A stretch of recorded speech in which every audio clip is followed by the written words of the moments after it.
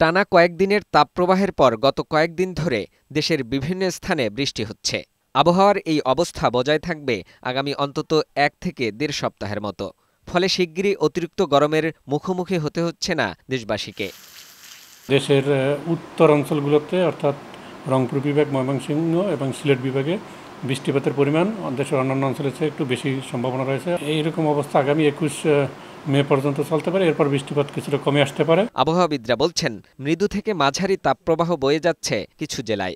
যেখানে দিনের বেলা বৃষ্টিপাত না থাকবে ওখানে তাপপ্রবাহের সম্ভাবনা থাকবে। চলতি মাসের শেষের দিকে সমুদ্রের লঘুচাপ সৃষ্টি হতে পারে বলে জানান এই আবহাওয়াবিদ। বঙ্গোপসাগরে একটা লঘুচাপের সম্ভাবনা রয়েছে, যেটা হয়তো এই মাসের শেষের দিকে ২৫ বা ২৬ তারিখের দিকে তৈরি হতে পারে এবং যেটা পরবর্তীতে আরও ঘনীভূত হওয়ার সম্ভাবনা রয়েছে। বঙ্গোপসাগরে কোনো লঘুচাপ তৈরি তখন কিন্তু বৃষ্টিপাতটা কমে যায়। ঋতুর এই সময়টা বজ্রবৃষ্টির, তাই যেসব এলাকায় বৃষ্টি হবে সেসব এলাকায় বজ্রপাত হতে পারে। আবহাওয়া অফিস বলছে, বজ্রপাতের একাধিক শব্দের মধ্যে সর্বশেষ শব্দ শোনার সময় থেকে কমপক্ষে ৩০ মিনিট ঘরেই থাকতে হবে। অ্যালার্ম যেটা চলছে যে ক্ষতিগ্রস্ত হচ্ছেন তার কাছে যেয়ে পৌঁছছে না, বা পৌঁছালেও সে আসলে সেরকম গুরুত্ব দিচ্ছে না।